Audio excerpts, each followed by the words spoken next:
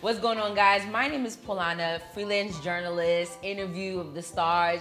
But today is not about me. We are here to talk, to get to know the one and only David Metayer, who has his album out now across all platforms. And so this purpose of this interview is to really get to know more about David, his music inspirations, and to talk about what led to this project, right? Finally. Because I feel like the last one was, what, 2013? Even earlier than that, 2008. 2008? The Creole project? The Creole project was 2008, 2009. Wow. Yeah, that was the last album. Wow. Over 10 years. 2008, It's yeah. 12 years. Jeez. 12 years. There was no streaming services back then. That's really 2008? They were in line? There was no Spotify. Was there Instagram? No. There was YouTube, though. Yeah, YouTube was here. there. It was bubbling. It was starting up. Yeah. I feel like there was some sort of how we get music. Oh, through CDs? CDs. Oh my gosh. And LimeWire. Yes. Okay, People I were was downloading online. Right. Yeah. So why are we here? What took? I don't want to say what took you so long, but why over 12 years? I had a lot of issues with trying to be perfect, and I think that was the biggest problem that I had. I wanted everything to be perfect, or I was not going to put it out at all. And eventually I met a producer who told me, stop trying to be perfect. Just go with what's in your heart and put it out and just keep building from there. So that's the only reason why we're here now. Nice. Yeah. And who's that producer?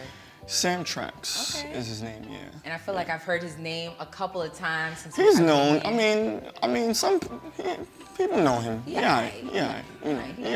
Some people know him, but he's an amazing producer. He's worked with so many people. He's got a few plaques on his resume. But I was really happy to link up with him, and it was almost like he was a therapist and a producer for me. And he was just like, yo, bro, he works with me so well because when I'm saying I need to do more to this record, he's like, Dave, that's it. And he would just stop it right there, and that's the only reason why I was able to really finish this. Because I have songs on my files from years ago that no one has ever heard. Are we gonna hear them too? I don't even know, because now they're probably dated. But I mean, at the time, I was just so afraid. I wanted everything to be perfect. And I think it was because of the Creole project. When I put it out, people showed it a lot of love, which I was grateful for, but I wasn't really happy with the final product. Wow. So I think that's what really created this sort of PTSD in a sense where if I'm gonna put something else out, it has to be perfect. It's gotta be right. Everything's gotta be So from there, that's where Sam Trax came in, helped me, guided me, and we're here now. That's a valid point, because like if I don't love it, you know, despite how everyone else feels, if I'm not really feeling it, you're not really gonna. Facts. I mean, that's the way I felt. Like people would come to me and be like, yo, I love the album, and I'd be like, thank God, praise the Lord, to God be the glory. I was really happy that I put something out, and I was actually really happy that people enjoyed it, but I knew how much better that album could have been. Yeah. So that's where that came from, that mindset. Yeah. So let's get to it. I mean, you're releasing this on January 1st, which is, I mean, to other people, it's, you know, the start of the new year, fresh start, new year, new me. But for us Haitians, it's a whole different story. It's a whole different vibe. I think we're finally coming on the other side of a victory during the early 1900s, right? 1804. 1804. There we go. So let's talk about it. Why January 1st? January 1st was just perfect. To me, because I'm coming out with a Creole, mostly Creole album. The album was done for a while, in my opinion. A while, like 6 months, a while? In my opinion, I would say maybe 6 months, 5 months. Wow. It was completed. From Sam's point of view, Sam had to stop me, because every day I'm coming up with more ideas, and Sam's like, no, that's it. We were gonna drop it Labor Day, September. Because we were looking for a theme behind what we were doing, which was the Caribbean theme, Haitian, cultural, spiritual, inspirational.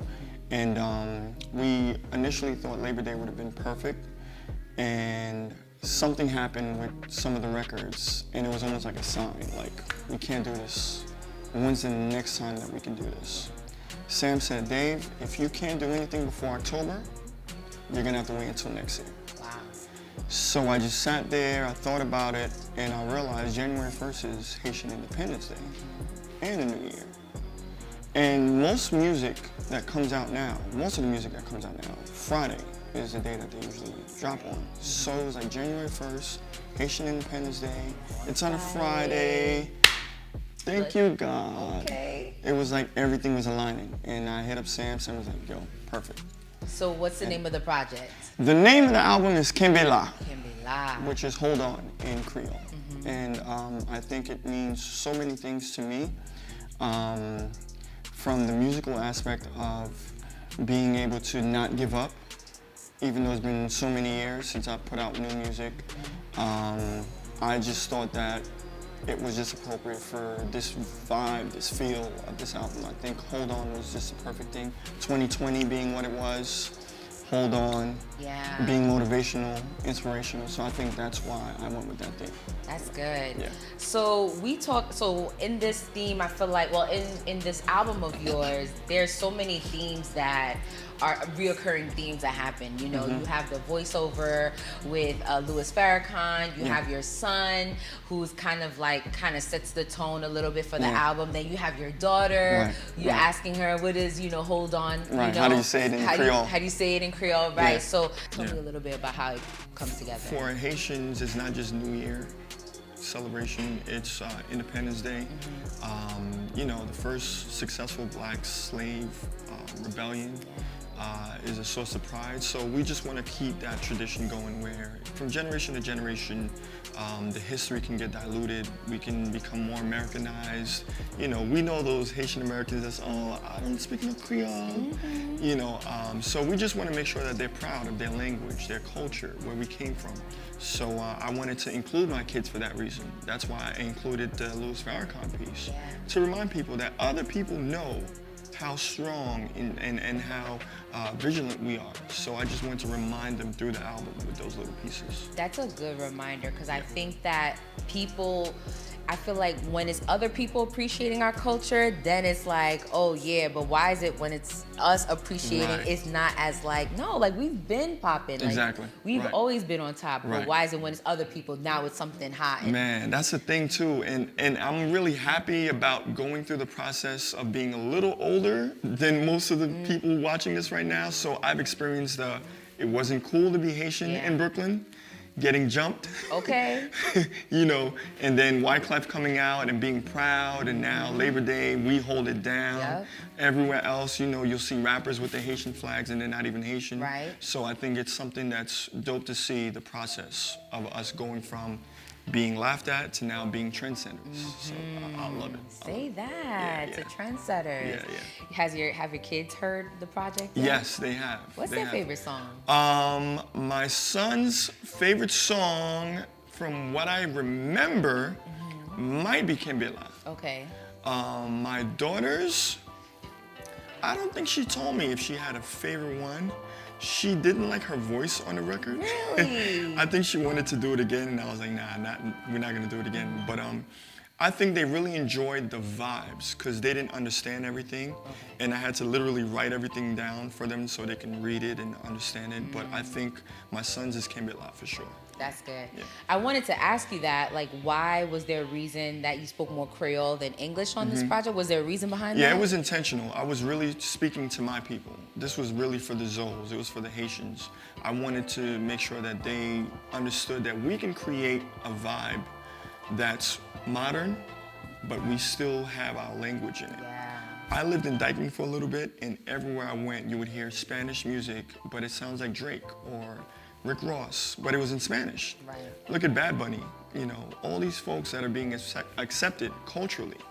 And I'm like, we have our own language, we have our own culture. It doesn't always have to just be compa. Yeah. Even though that's ours, we're never gonna let it go, we're not gonna forget it, but we can come up with the times too and create vibes with the Creole language. So that's what I was going for. Yeah, and even now, Afrobeats, it's Absolutely, like, absolutely. you know, Tiwa Savage said at one point, she was like, the very thing that I was teased about when I was younger, it's now what's making me popular and more popping now. It's like, now everyone is embracing it. Oh, you Haitian? Yeah. Absolutely. It's like different is now the thing. Unique is now the thing. And we've always been different. We've always been unique. So even our music is different. Yes. So I just love the fact that we can create something that people are used to sonically and then adding Creole to it. Yeah.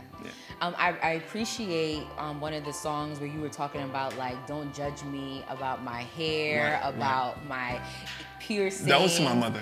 Yeah, I felt that was real personal. That was like because I remember my mom always used to think if you braided your hair, you were a bad person, or you know how they say, oh, that person's a bum or vagabond. You know what I mean? Just because of their hairstyle. Yeah. And I'm like, Ma, that doesn't make a person. That's just a style. You know what I mean? So I literally decided to braid my hair, let my hair grow out, and my mom still loves me. She knows that I'm still the same person. Yeah. And I think that's the lesson that I was trying to do. So this was literally for my mom. If nobody else likes that song, I'm good. I want her to hear this song. This is for you, mom. Besoin de musique ça. Vous connaissez, chevêtré, c'est pas fait mon vagabond. Mommy, papi, cool them. No, I ain't got nothing. I love you, mom. Love you. So I guess what was her response? Did she hear it yet? She hasn't heard it yet. Okay. Actually, she doesn't even know this is coming out yet. Really? Yeah, she's gonna listen to this with everybody else in January 1st. I think you should film her reaction. I think that would be dope. To that we song. might have to do that. Maybe do like a blooper camera. Like, don't do it with the camera her face. Because like, she's gonna be fake. Exactly. Like, No. I got you. You gotta hide. I think that'd be fire. Because I think that even if it's for fun or whatever, I think her reaction to it may just break a lot of chains. Not just for you, but for other people who may be going through that same thing of acceptance. Yes. Right? Yes. Because their parents have not been accepted, you know, they haven't accepted them for what they, been through. Right. That's deep.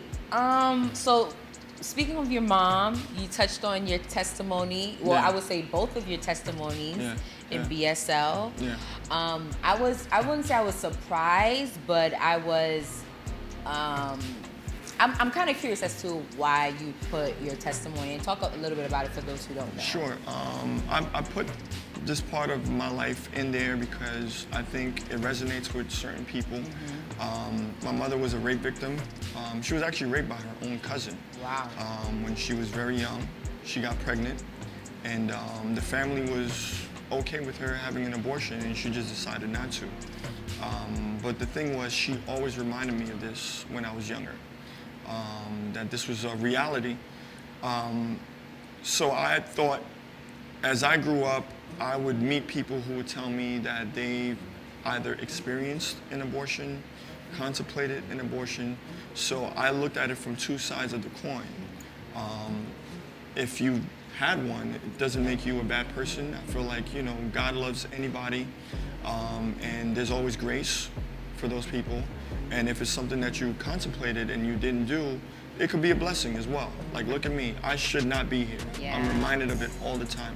So with that experience, it gives me a different perspective on life. And that's why I felt like it was important to share that part of my life with everyone. Wow. Yeah, because I remember you talking about it, when you were in ministry and preaching about it and stuff, but it's just like to hear you put it on a record for people to ask for it to resonate, hit home, that's pretty big. Wow, thank you. Okay, let's do a quick game. Okay, let's do it. This is where, so we're gonna do Haitian style, this or that. Okay, so we say this or that in Creole.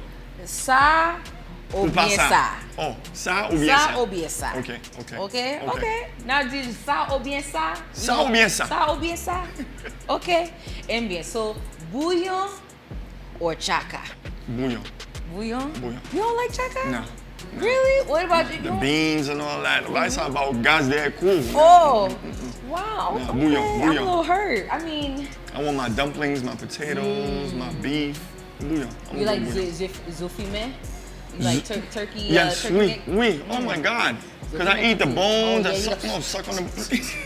You gotta get the. Yes. You gotta get the neck. Yes. Oh my God, I love those neck bones. Yes. Okay. When the seasoning is right, Oh, honey, that's it. We out of here. Oh, Yes. Okay.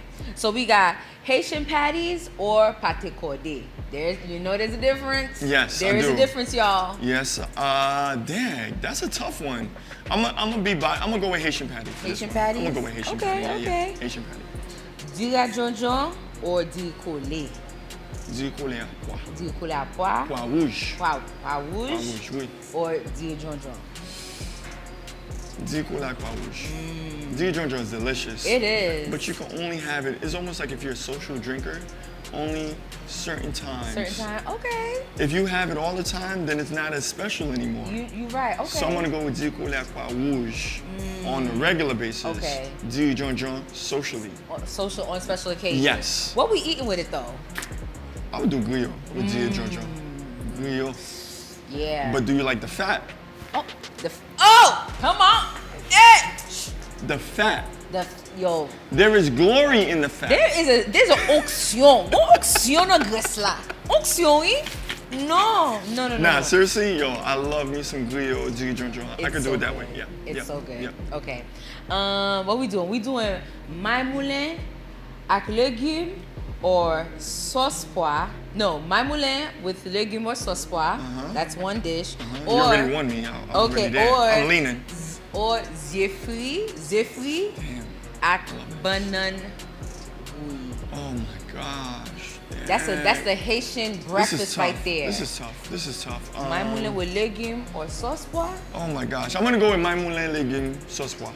I'm gonna go with that one. Even though that's tough, I love eggs, I love breakfast. Zifri avec banane bouillie. And then put des oignons. If you put some zognon in there, it's Avec Maggi, huh? Yes. Yo. Yes. That's how I make it. Haitian food is But it'll hold you down for the day though. You're honestly good. you good till 3 p.m. Yes. It'll hold you down. You good. You're anchored. But I'm gonna go with maille moulin. That's fair. Maille moulin légumes. I'm gonna go with that. Yeah, Because you can have it in the morning. Yeah, you can have it in the afternoon. You can have it at night. It's really an all day kind Exactly. of food. There you go. So I'm gonna go with maille moulin légumes. Okay. Yep. That's fair. Well, that's all I got. Okay. That's all the, what was the name of the game? Ça ou pas bien ça. Ou bien ça. Ou bien ça. All right. Thank you so much, David. Thank you so much for having me. I'm so excited about this. And hopefully, I'm nervous as well. Are you? Yeah, I'm definitely nervous because, when you work hard on something, you want people to at least understand and appreciate it. And I really hope that people at least take the time to listen and enjoy it. And hopefully at least the vibes will be something that'll be enjoyable for everybody. Yeah. Quick question: what is it that you want people to take away from the project? Because there are a few different themes on there. Right. You have the reminding Haitians of who they are, where they're from, but then you also have the letter to your mom to don't judge me type of thing and accept me. So what do you want people to take away from it? I want people to be inspired. I hope that this will be something that can help others push through and do what they want to do in life. Because we just came through a rough year. And I really know how tough it's been personally. So to be able to do this through 2020, hopefully that'll motivate somebody that 2021 I believe will be better and we can do much more. So I'm telling people to hold on, fight through, push through, and be inspired. Amen. Holy Ghost. I got you. That's a wrap. Peace, y'all. Thanks for joining us, guys. Catch us next time. Well, will there be I'm hearing there's a deluxe album. Are we allowed to talk about that? Hopefully, we'll see. We'll see. We'll see. To be continued. Stay tuned.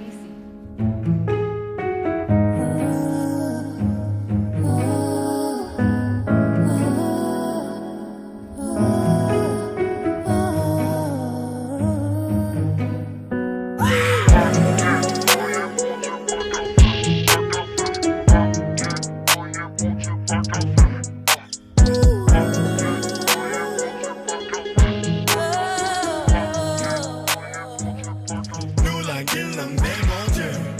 La gueule, la gueule, la gueule, la gueule, la mer, mon Dieu.